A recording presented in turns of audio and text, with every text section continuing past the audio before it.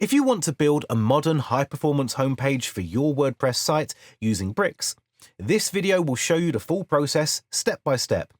We're going to design a complete homepage layout using containers, global styles, and clean structure without relying on presets or bloated layouts.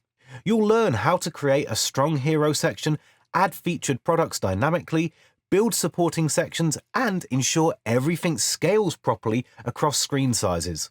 By the end of this video, you'll have a fast, responsive homepage built the right way with a structure you can reuse and expand as your site grows. Begin by going to Pages and clicking Add New.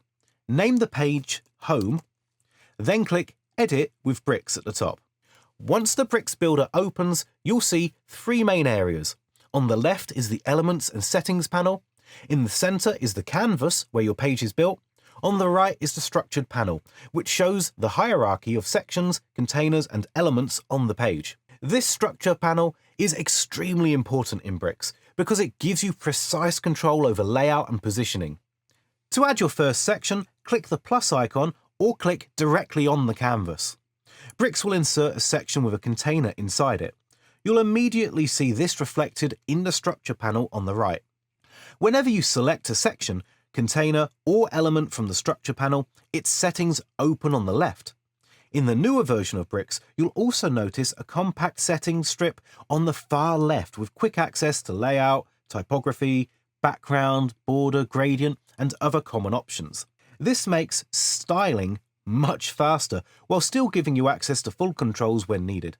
Before adding content, let's set up global styles so we don't have to repeat the same settings again and again.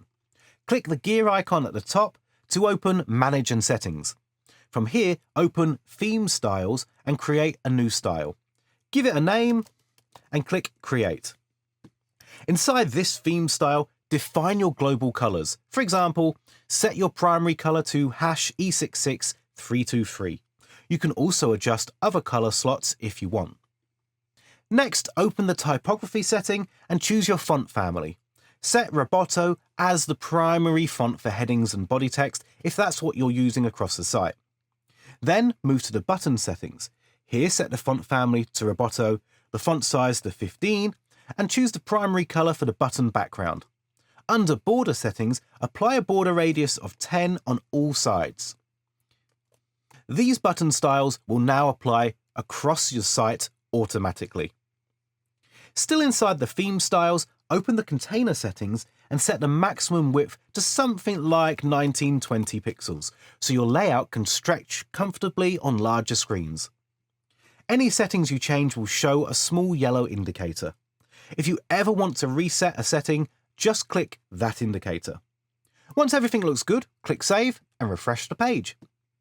Now let's start building the homepage layout. Add a new section and choose a 50/50 layout from the layout presets. This creates two equal columns. Select the first column and set the minimum height to 45 VH. Apply the same minimum height to the second column. Now duplicate this container so you end up with 4 columns in total. This gives us flexibility to layer content visually. Start with the second row's first column. Add a heading element here. Change the text, set the HTML tag to H1, and under typography, set the font size to 60 and the font weight to 600. Select the same column and align the content to the end, both horizontally and vertically. Use the preview toggle at the top to check how this looks on the front end. If needed, reduce the section width slightly or add subtle padding to fine-tune spacing. Now move to the first row's first column and add an icon element. Assign it a class name such as Social, so you can reuse styling later. Under border settings, apply a border radius of 5, set the border width to 2, and link the values so all sides stay consistent. Choose a social icon like YouTube and switch the icon library if needed.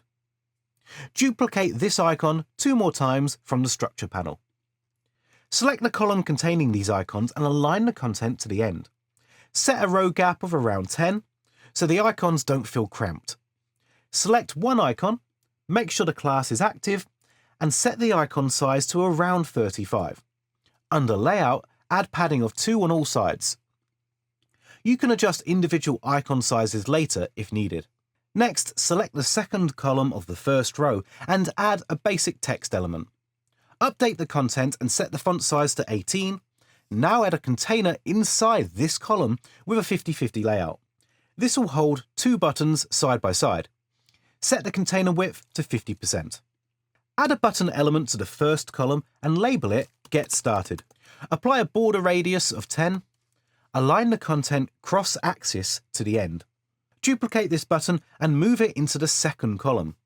Add right padding of 20 to the first button column and left padding of 20 to the second one. Then select the parent container and add top padding of around 20. Update the second button's styling. Change its background to white, apply a solid border with a width of 2 and adjust the border color to match your design. Now select the main section and add a background image. If the image doesn't span the full width nicely, you can either increase the section width or add horizontal padding of around 4%. Refine the layout further by adding top padding of around 10% to the second column in the first row. Center align the text and change the text color to white. Update the second button typography so the text is white and the border color is also white. Select the social icon class and change the icon color and border color to white. Increase the padding from 2 to 4 so the icons feel more balanced. Select the heading and set its color to white. Save and check the front end. If you notice borders or boxes appearing in preview mode, always verify on the actual front end. If needed, reduce padding or clear unnecessary styles. Since we originally set the columns to 45 VH, update all of them to 50 VH so the background image fills the screen more evenly. If the column shows unwanted overflow, select it and set visibility to hidden under miscellaneous settings. Adjust the vertical position by increasing top padding to around 13%. For the background image, set the blend mode to overlay. Add a black overlay color and reduce its opacity to around 10%. Add bottom padding of 20 to the heading container and preview again. The hero section should now feel balanced and visually strong. Add links to both buttons by setting their link type to custom URL and pasting the correct page URLs. Now move to the next section. Add a new section and drag it below the hero if needed. Insert a heading element and change the text to Featured Products. Center align it and set the font size to around 40. If alignment feels off, select the parent container and center align the cross axis. Add top and bottom padding of around 20. Add another section below and insert the products element. Set the number of columns and limit the products to 4 per page. Enable the featured filter so only featured products show. Select the container, align the content to the center and set the width to 95%. Save the changes. To style product buttons globally, go back to Theme Styles and open the WooCommerce button settings. Set the background to the primary color, apply a border width of 2, a border radius of 10, and set the font size to 15, with white text. Return to the products element and adjust the product title's font size to 18.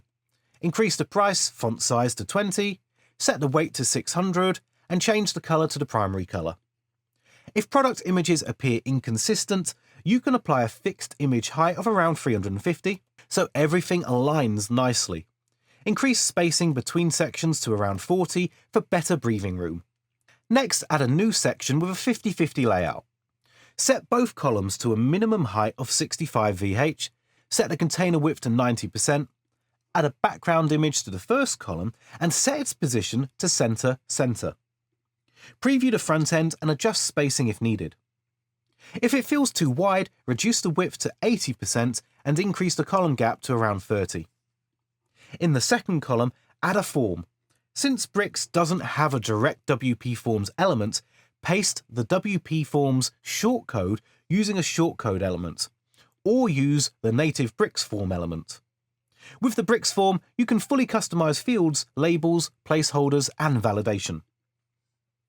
Configure the form fields by removing labels, adding placeholders like name and email, and marking required fields.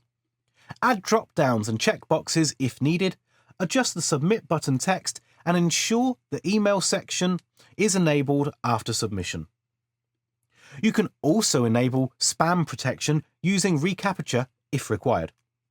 Adjust padding around form fields so everything feels evenly spaced. Increase the image column height to around 75 VH, apply a border radius of 20, and center align the parent container. Fine-tune padding and preview again. Finally, switch to mobile view. Start with the hero section. Hide unnecessary elements like social icons. Set the main content column to 100% width. Clear minimum heights where needed, and reduce others to around 45 VH. Adjust background positioning, row gaps and top padding to around 20% so content sits nicely on smaller screens. Apply similar spacing adjustments to the remaining sections. For the form section, reduce the image height to around 65 VH and add top and bottom padding of 20 to the form column. Preview the homepage on the front end one last time. At this point, the homepage is fully built, responsive, and visually consistent with the rest of the site. I've also linked all the plugins and tools that I used in this video down in the description, so you can quickly go through them and import everything you want. See you in the next one.